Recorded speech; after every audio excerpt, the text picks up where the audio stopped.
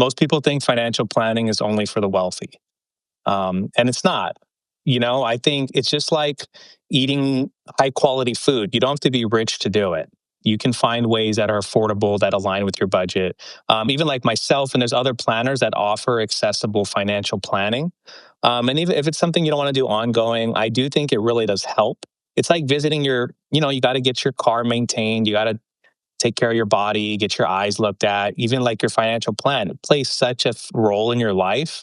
And to not even like acknowledge it or sit down with someone for an hour, I think you're doing yourself a disservice.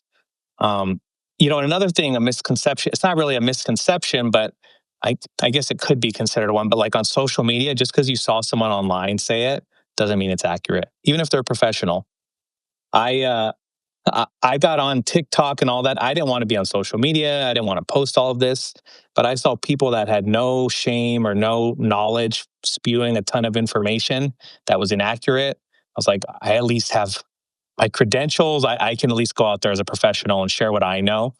Um, and that's something I'm trying to combat online with other financial planners, just trying to just share knowledge that's accurate. Welcome, everybody, back to the Growing Money with Sean Trace podcast. I'm Sean Trace. If you don't know that, that's awesome. And welcome to my podcast. And I've got an awesome guest with me today. Would you like to tell people who you are and a little bit about what you do? Yeah, my name is Michael Rodriguez. I'm a certified financial planner, and I'm the owner of Equanimity Wealth, which is an advice only financial planning firm. Awesome. I actually had a question about your name because I like the word equanimity. Yeah. But what does equanimity mean to you, and especially in terms of financial planning and context of money and life and all that good stuff? Yeah. Well, the word equanimity means mental calmness and composure, basically during turbulent times. And I feel like money around a lot of people around money have that frustration, confusion, and they often avoid talking about money. And I like the word equanimity. Sometimes it's hard for people to spell, and they don't know how to pronounce it when they read it. But I felt like that is what I'm trying to provide to people around their financial lives. I love that too, because there was something that I was thinking about the other day with equanimity. Um, Actually, I was thinking about growing up because we just talked about like people not talking about money. When I was growing up, man, we just didn't talk about money. And there was like this absolute hardcore avoidance. And it was like what was it? Schrodinger's cat. Like, you don't want to look inside the box. Is the cat alive? Is the cat alive? Do I have enough money? Do I not have enough money? And you're like, if I don't look, it will just stay out there. The reality is, not looking is not going to make that situation any better. But like, that was how I grew up with money, and there was definitely not a sense of peace. There was not a sense of peace because there was always this unknown, and with the unknown came the anxiety. And again, one of the catalysts for starting this podcast was that anxiety, this constant low grade anxiety that I always had about money. So I love that you're talking about this equanimity, this sense of inner peace that you can achieve in your finances. Yeah. Yeah, I felt like that's one of the common issues that people, when they come and speak with me, a lot of the time I'm working with people that don't have a lot of financial education. It wasn't discussed in their household, and money almost like a taboo. They're like told not to talk about money, and I'm just trying to make it more accessible and allow people that space to reach equanimity.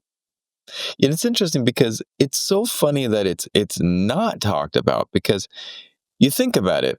What are the different things that are going to affect everyone's lives? Like sex and money. And those are the two things that we don't talk about. Like in life, people are just like, yeah, I'll talk to you about anything else. And I'm an educator. I worked as a teacher for many, many, many years. I'm not teaching right now, but I've kind of been shifting my education into media content because I want to be able to reach a larger audience. But as a teacher in a classroom, I was teaching communications, I was teaching English, I was teaching all these things. And man, we were teaching all types of stuff. But yet, you just didn't see people getting taught financial education. Like, there was very, very little of that. that was going on. And I'm so happy to see some schools are starting to do that. You hear stories about NCAA athletes now that are getting financial coaching from their schools because suddenly they're making money at this stuff, and I applaud the people that are leading those programs. Absolutely applaud them. But we need it for everyone. Yeah, I'm always amazed how little we talk about money. I've had friends that are more inclined, like you said, sex and money, but they're more inclined to still talk about sex over money. Right? And I am kind of shocked by it. And what we do as financial planners, it is financial planning, but ultimately it's life planning because at the end of the day, money isn't the goal, but it does shape the life you live. And if you manage it well, you can live a better life. Yeah. We were That's so profound because if you manage it well, it is. I was teaching um a class, and the textbook that we were using was very much skewed towards. It was an interesting textbook. It was I don't remember what company it was by, but it was very skewed towards social issues and environmental issues. There was one whole chapter that just literally, and which are amazingly great things. So don't get me wrong, but there was one chapter that was just really, really, really against money. And the whole thing was this raging against consumerism, which I appreciate that. But it also was talking about how money, it was like this one page was like, money can't buy happiness. And it really hammered it on money. And I looked at my students and I was like, it's a lie. It's a lie. And I was like, oh, I was joking halfway. But, at the same time, when I was getting my students to look at it with like a critical eye, that, well, money maybe cannot buy happiness, but, when you don't have money, it's very, very hard to find happiness at times. And granted, my wife and I were driving down the road the other day, and we saw these three kids that were very, very poor, and they were just playing with mud. And my goodness, they were happy. And it's like, that was beautiful. It was beautiful. These kids were literally playing with just pieces of mud, and they were flopping around. And I was like, wow, that's beautiful. And you could say, I see, money doesn't buy happiness. But then at the same time, money also can buy things that are, well, what happens if their mother gets sick? What happens if someone gets injured? What happens if there needs to be money for a new house or in an emergency? Money can't always buy happiness, but it sure as heck can go a long way to help you find your happiness, And so that we need to rethink this. Yeah, I think that's something people with money say to people that don't have money. It's like money doesn't Yeah. buy happiness. I always think about when I was in school, they teach you Maslow's hierarchy of needs.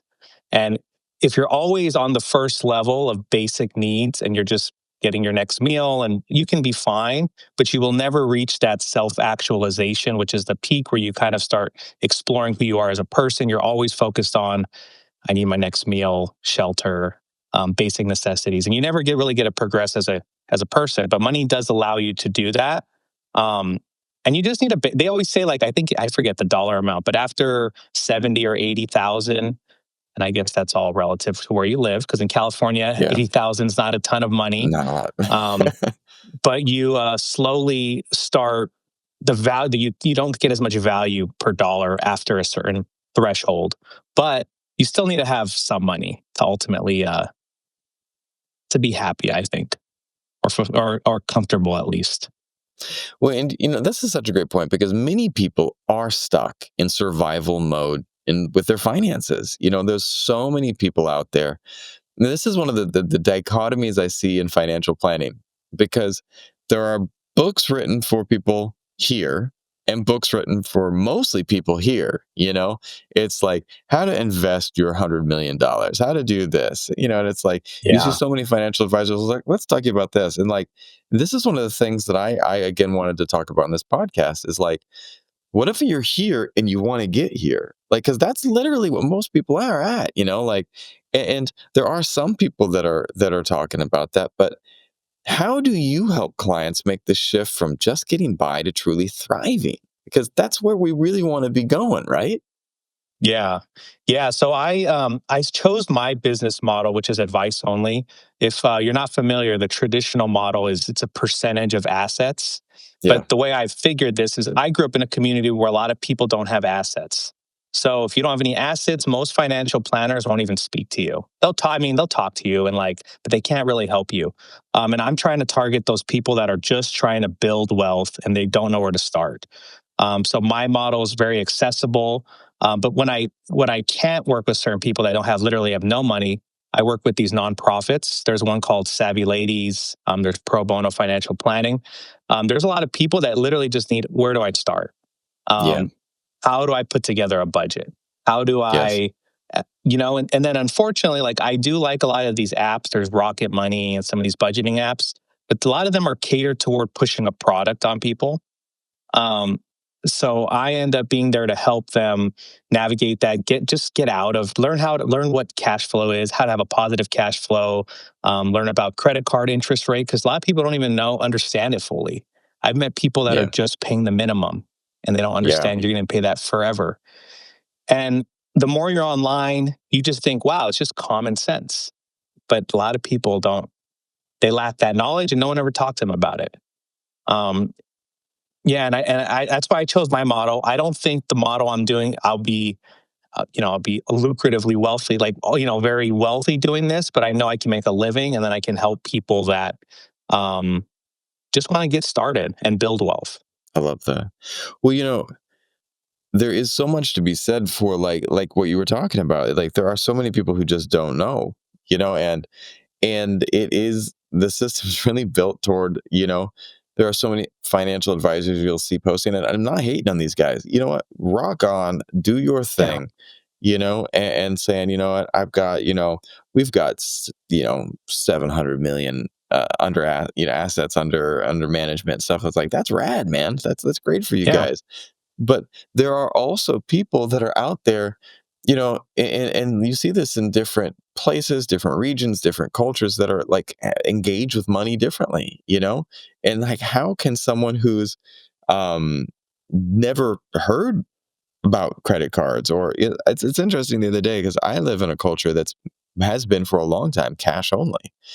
Living in Southeast Asia, in Vietnam, man, it was cash, and then they introduced cards, but now everyone's shifted over to QR code and bank transfers, and it's caused a bit of a problem because people who were cash based and were used to just seeing it, all right, well, how much this is how much I've got today. It's just like scan, scan, scan, and there's this like excessive spending thing that's starting to go on.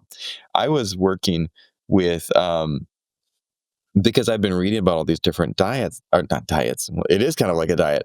mhm, The different spending plans and different budgets. I was trying out. I've been trying this month, trying the envelope method, because I just have this really bad habit of kind of getting ahead of myself. And I was like, well, I want to try it out. I've heard about this. My grandma used to do it, and I was like, I want to see what this is all about. And one of the things that was so profound about it was that I was seeing how much I was pulling from tomorrow for today.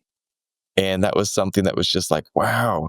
But it's if no one had have told me about it, if I hadn't have had someone educating me on it, like I would never have tried it. But I was talking to my daughter and I was like, this is what we're gonna do. This is how much money we got for the month. And obviously I set aside for all of my business expenses first and things like that. But this is our spending cash and we're going to do this. And it was profound to see where things were going. And I was spending way less when I got to think about it. I was like, oh, I can go get the expensive haircut or I can get the cheap haircut and not cut into tomorrow and still ended up with a good haircut. But again, my point being though, is that, you have to gain get experience with these things, and not everyone has that in the beginning. And when you start getting educated, it starts bringing in that equanimity, but you have to get the financial education first. yeah, and I think that's an important point. You talking about that. I don't know how old your daughter is, but um, 9, yeah. I have a 4-year-old, and, now I'm just trying to explain that things cost money, mom and dad go to work to make money, and even, like, our language about money, like, I never wanna say we can't afford something. I'll just tell her, this isn't a priority right now, or maybe we'll save and get some this. It's all about language because I grew up and I grew up with my mom who was a single mom, and you don't realize how much the language shapes your mindset, and you start building a scarcity mindset, and just from your parents, and it's just subconsciously they're saying things, and it does impact you as a child, but you don't realize it. And I try to catch myself around language and just trying to slowly educate. And I think that's important. If you do have a child, take the time to talk about money, and just get them involved in the conversation. I love that.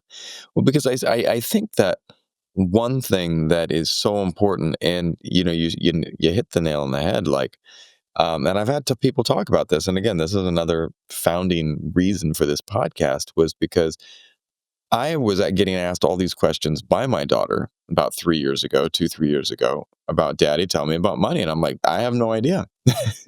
And I went and I thought that, so I went and did my MBA online. And I was like, well, MBA is going to teach me about money and business. And it did not. It taught me some great business principles, but it didn't teach me anything about money. So I was like, I need to start talking to some more people. And one of the reasons I started doing that is because I started seeing in my own self, there was a lot of misconceptions I had about financial planning, about money.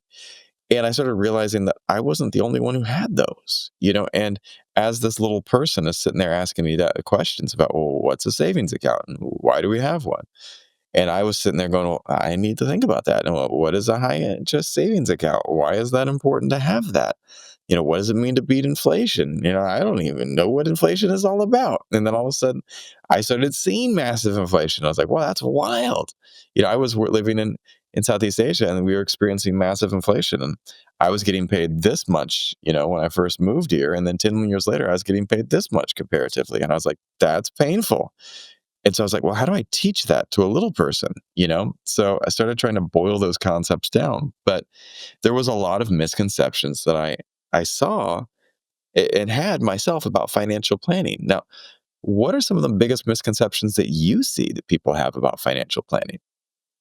That it's inaccessible. Most people think financial planning is only for the wealthy. And it's not. I think it's just like eating high quality food. You don't have to be rich to do it. You can find ways that are affordable that align with your budget. Even like myself, and there's other planners that offer accessible financial planning. And even if it's something you don't want to do ongoing, I do think it really does help. It's like visiting you got to get your car maintained. You got to take care of your body, get your eyes looked at, even like your financial plan. It plays such a role in your life. And to not even like acknowledge it or sit down with someone for an hour, I think you're doing yourself a disservice. Um, and another thing, a misconception, it's not really a misconception, but I guess it could be considered one. But like on social media, just because you saw someone online say it doesn't mean it's accurate, even if they're Right. professional. Yeah. I got on TikTok and all that. I didn't want to be on social media. I didn't want to post all of this, but I saw people that had no shame or no knowledge spewing a ton of information that was inaccurate. I was like, I at least have my credentials. I can at least go out there as a professional and share what I know. Um, and that's something I'm trying to combat online with other financial planners, just trying to just share knowledge that's accurate. I love that. It's so important. It is so important to be sharing accurate information because, like you said, there is a mountain of misinformation out there. And there are people that are sitting there.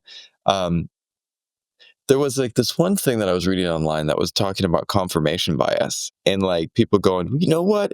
I got rich using this method and you were lucky. you know, you got really, really lucky. And you shouldn't be going out and telling everyone that your method is foolproof, because it's not. You just got lucky. And one of the things that I think is really important is to have, and again, going back to the education thing, the people that have the power to really help people right now and educate them are the financial planners of the world that are sitting there going, let's talk to people about this. Let's talk to people about different types of budgets. Let's talk to people about, you know, you want to pay down debt. Well, what is it that's better to use, the avalanche or the snowball? Well, what even is the avalanche? What even is the snowball? It's like, well, hang on, that makes a lot of sense. This is really interesting. But again, looking and it for people who don't know what those are both really cool ways to pay down debt. One focuses on the largest debt, one focuses on the highest interest. And they each have their cool positive thing. Um, but one of the things I think that people are like you said are feeling like it's inaccessible. But one of the nice things is that there is a lot of technology out there that's allowing people to start spreading this media and saying, "Hey, here's the right way to look at it, and come and talk to me." You know, someone like you as a coach. Now, can you share a strategy or mindset shift that has had the biggest impact on your clients' long term success? What are the things that you're telling people to go do? The biggest thing I do, which I think for certain clients, this may not be the right approach, but for my clients, um, we do a lot of really digging into like who they are, why they want things are, and really their money scripts, which people, I don't know if you're familiar with money scripts, but those are your unconscious biases about money. We all have them. And one of those things with clients, we really dig into those. And then once they're aware of them and why they do things, whether it's from a childhood, it brings that awareness. Um, and once they have that awareness, I've seen change be made. It just takes a little while to get there.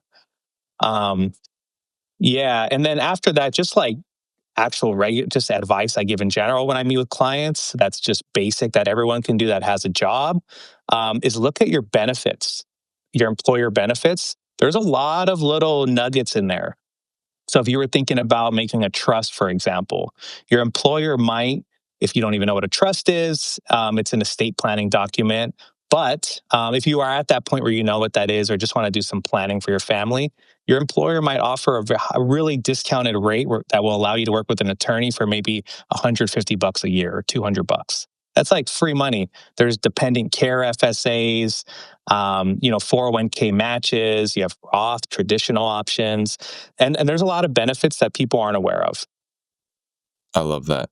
I think that like you said, people aren't aware of these things that they could be doing. And it's like if you knew that there was a small thing that you could do that had the possibility of giving you 10 extra years, 20 extra years of your life, how many people do you think would do it? You know?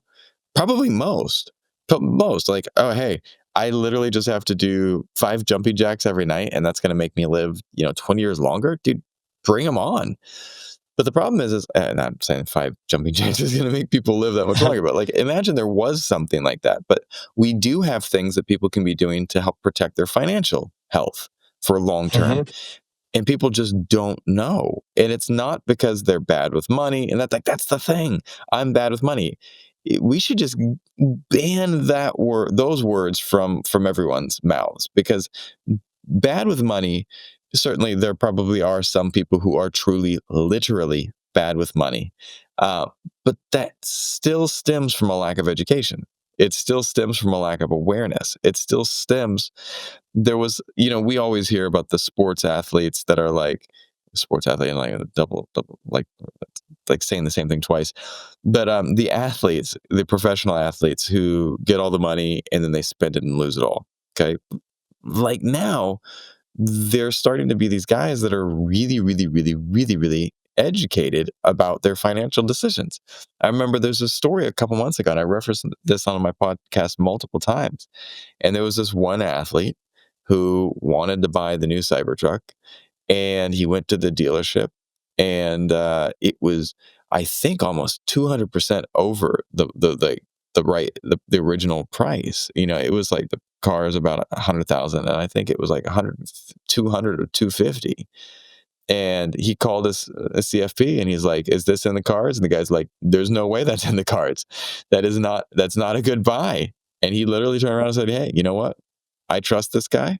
He protects my money, and he told me not to buy that car." And he walked out of the dealership. And I was just like, yes, yes, because right there, a person who might have said, "I'm not good with money," made a very, very good money choice because he had a good person who was educating him and teaching him about what was a good money choice.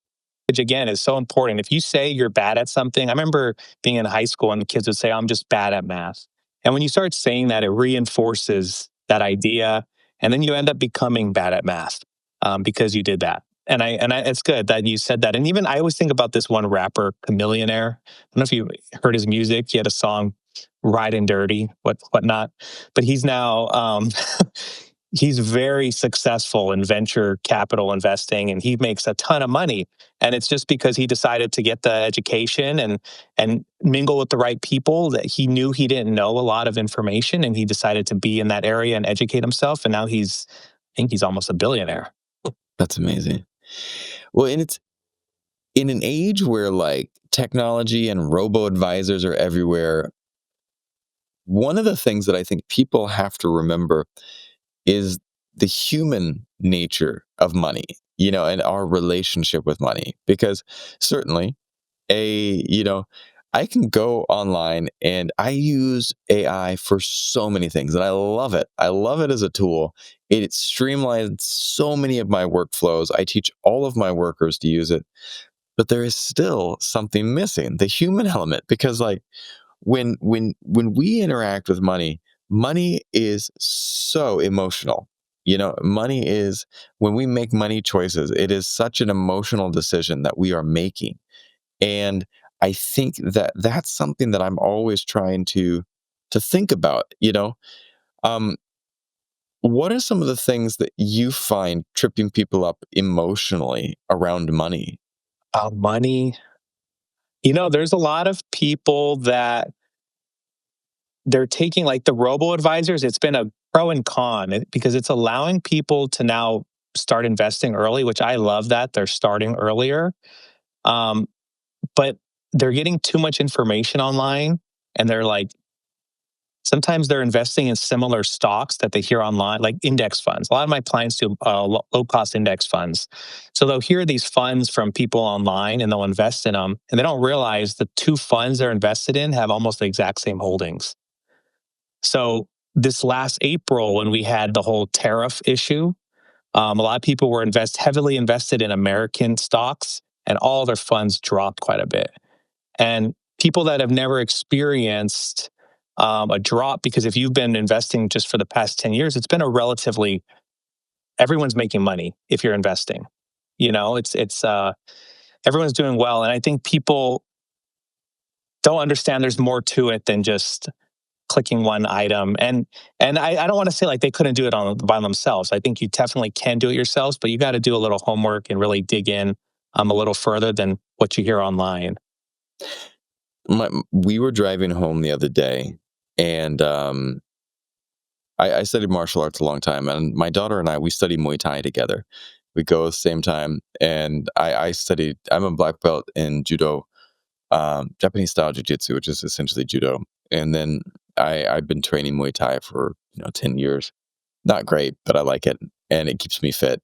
My daughter goes with me. She's been training now for 4, just because I want any boy who tries to bully her someday, she will fix the problem. And that's where it's at.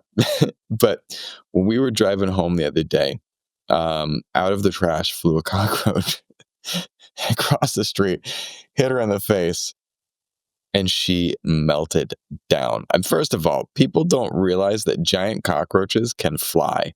And it's not even a simple thing. It's like these things are so big that you hear their wings going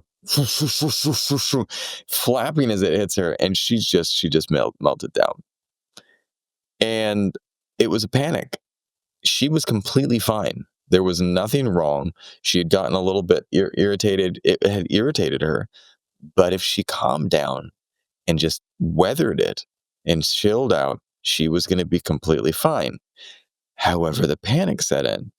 And luckily, I was there to calm her, to keep her mellow, to keep her chill. And I do I digest a lot of financial planning content, and like everyone says, time in the market beats timing in the market, and it's like a something that all these people say, but like that's easy to say when your world is not melting down, when you don't have a cockroach hitting you in the face. And so it's like, I think that one of the things that I try to talk to people about is having financial planner, having those people around you that understand this can say, it's okay. It's not okay, but it's okay. It's like you're going to be able to get through this. And like there's people that can coach you how to handle that situation. Just like, and I talked to my daughter, I said, when you're doing Muay Thai and someone punches you in the face, it is not fun. In that moment, you're like, freaking out right there.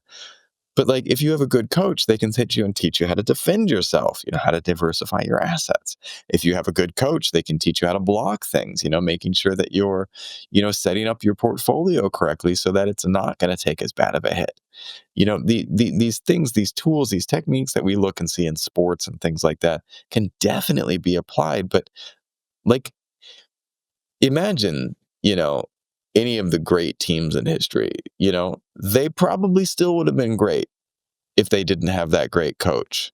But man, those great coaches made the big difference. Phil Jackson on the Lakers and the Bulls, man, they called him the Zen master. He kept everyone calm. You can go through and look at all these great teams throughout history, and they had a great coach. And that coach was never playing the game. He wasn't in the game. He was standing on the side, keeping people even keeled and just calm through the chaos. Exactly. Yeah. A lot of times I get clients that are nervous and they hear about stuff on the news. I have one woman that wants to go all in on gold. And I'm like, the one thing you have to do is validate their concerns, let them know, I do understand the world is crazy. Who knows what's going to happen with, tariffs, potential war, just the overall, we might be in a recession. I don't know if we're in one right now, but it's just being a sounding board often. And a lot of times people just want to be heard. And then when they hear themselves out loud, so a lot of times they come to the right decision. But I'm saying right, but like the more financially responsible decision. But at the end of the day, sometimes you just have to be that sounding board for people and just be that person that will guide them and let them know I'm in your corner. And that's the one thing about advice only. What I do is that they still have control. And I always let them know you can always do what you want to do, but this is what I recommend. And often clients will do what I recommend because they are paying me for a reason. But I haven't really had clients that disagree, but they initially may disagree, but they usually come around. But people just want to be heard. It's like even at your household, you want a partner that you can rely on because some days you're having a hard day and you need to lean on your wife, but you have to communicate. And I think having someone to communicate with really does help. Yeah. Well, it is, the emotional side of money is really huge. And having someone that you can lean on is powerful because, we all deal with even the wealthiest of people, I guarantee you deal with fear and anxiety and sometimes scarcity thinking, is there going to be enough? Even if you're someone who's a multi-billionaire, I guarantee you they have ambitious projects that they want to undertake and they might not know if they have enough money to be able to do that.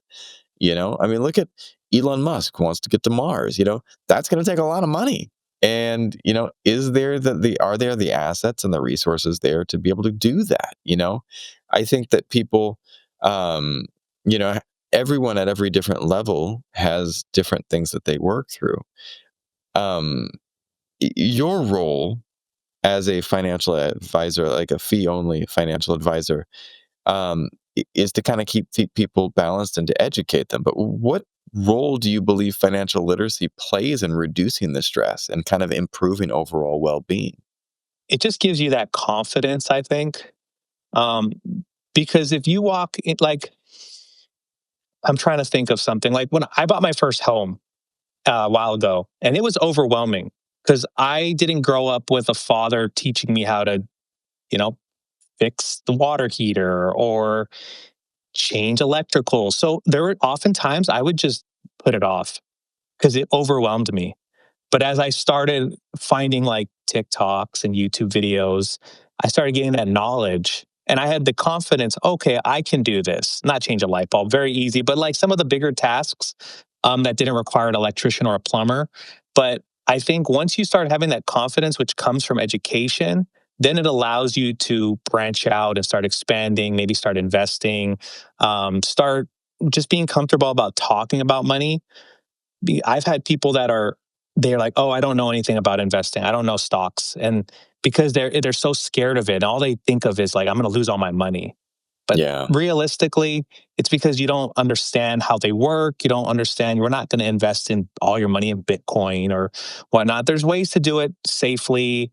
Yes, there's always risk, but it's just the literacy will help them, free them to make those decisions. I love that.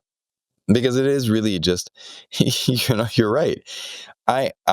Live in a place that experienced the Civil War, and in the 70s and 60s and 70s, and it's interesting because you see here in Vietnam, everyone did for the longest time. It was gold and real estate. That was where people put their money because they experienced a day where in one day an entire country's went money went from valuable to absolutely nothing. And people were like, either you own the land or you own gold, and anything else was not. And so you see that. And then, like, people have these, and like, I always hear people talking about their grandparents who grew up in the Great Depression, and they were like, these people were like, dealt with some very, very serious lack and scarcity, and they adapted by creating these traits. But like, I think that, we have had our own series of trauma in the pandemic and people dealing with some of the economic downturn and the challenges. We in Vietnam had a 6-month shutdown, 6 full months of the entire everything on lockdown for 6 months. People essentially shut in their houses. You want to talk about economic woes that came out of that? People suddenly went from work to absolutely no work, and it can be traumatic. But there's always opportunity. And looking at today's economy, what opportunities or risks do you think every investor should be most aware of right now? The biggest, my biggest risk, or the biggest risk I think, is people are so used to everything going up recently. It's just constantly in an upward trajectory. We had a little blip with the pandemic, but again, everything went up. I think where it's people aren't positioning their portfolios and their maybe even their mindset that we will have a downturn. It won't be forever, but it's like, and I think that's where it'd be important for people to educate themselves and just read some history and understand that these do happen. These downturns happen, but you will get through them. We're going to come out the other side. Um, and I think if you have cash, I think there's opportunities there.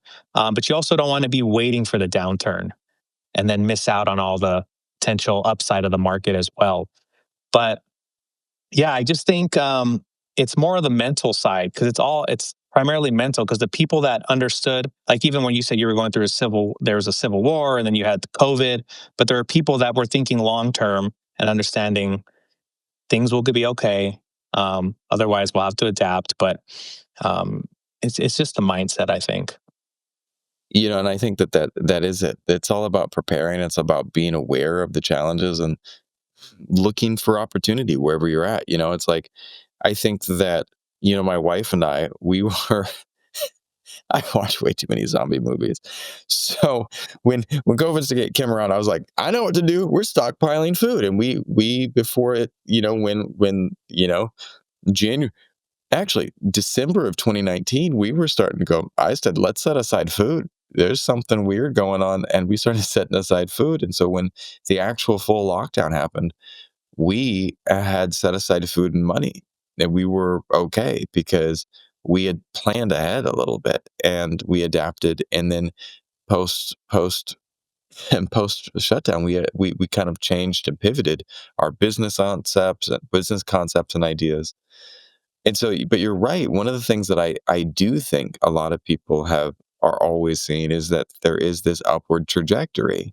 And I think that, part of playing the game is planning for those rainy days. Can you make sure that you are setting aside, you have an emergency fund, can you make sure that you have, assets that you're able to access, quickly and easily?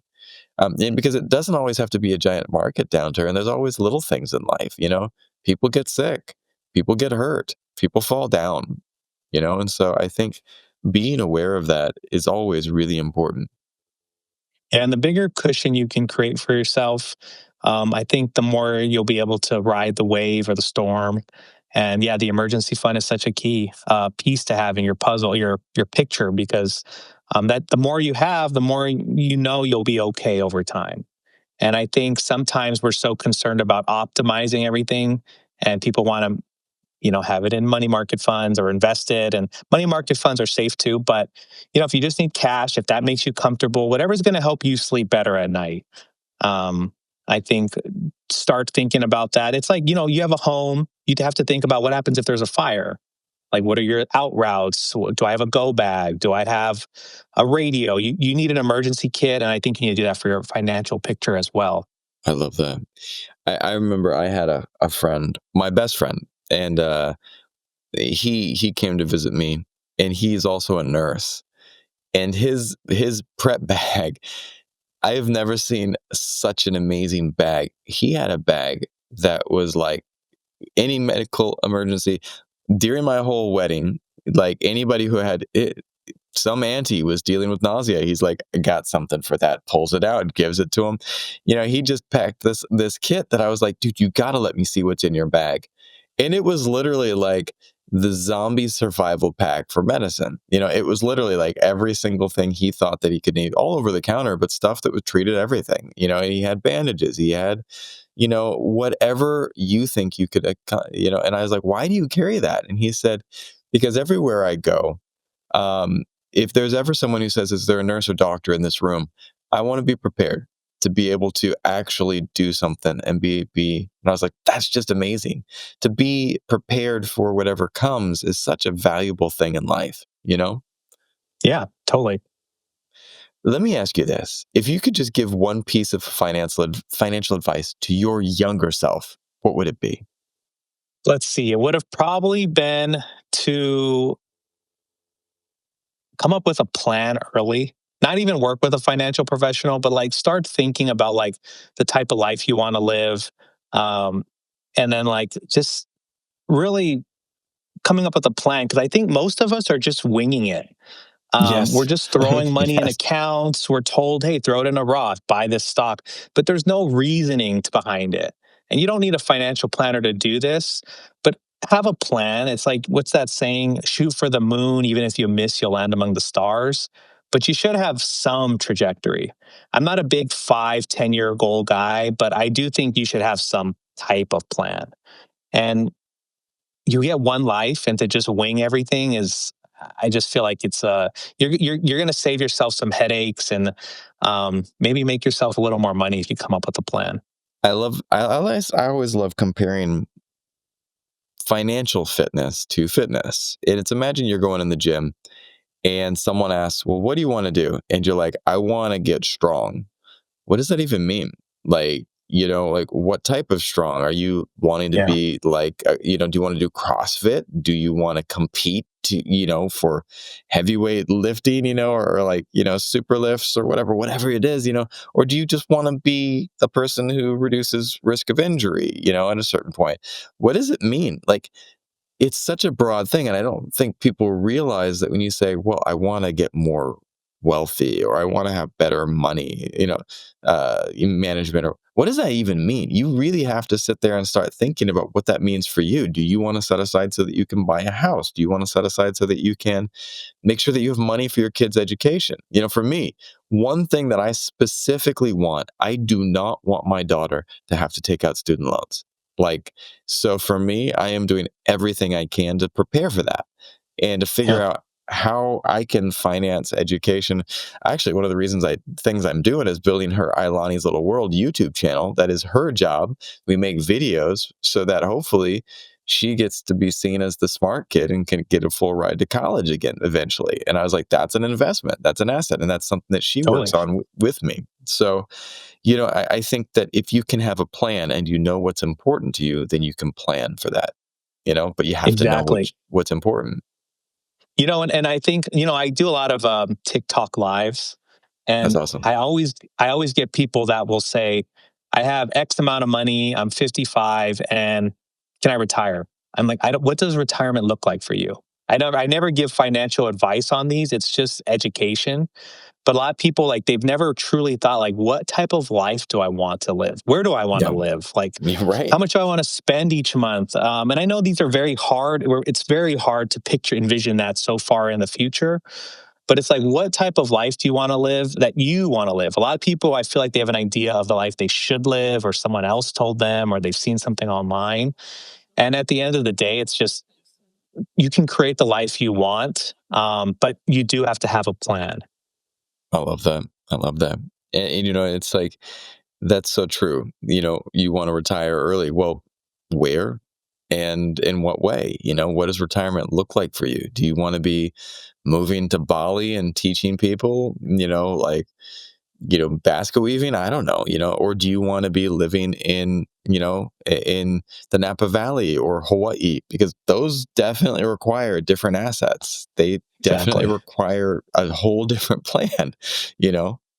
Yeah, yeah, that's very true. And I laugh because, I'll talk to friends that they're going to go on a trip and they've have it all planned out, spent weeks planning this trip out. They'll know every detail. But if you ask them, have they looked at their financial plan? Do they have a financial plan? They're like, no, No. it's just priorities, right? Priorities, man. Well, brother, where can people look for more information about you and find out more about the services you offer? Let's see, I have www.equanimity-wealth.com.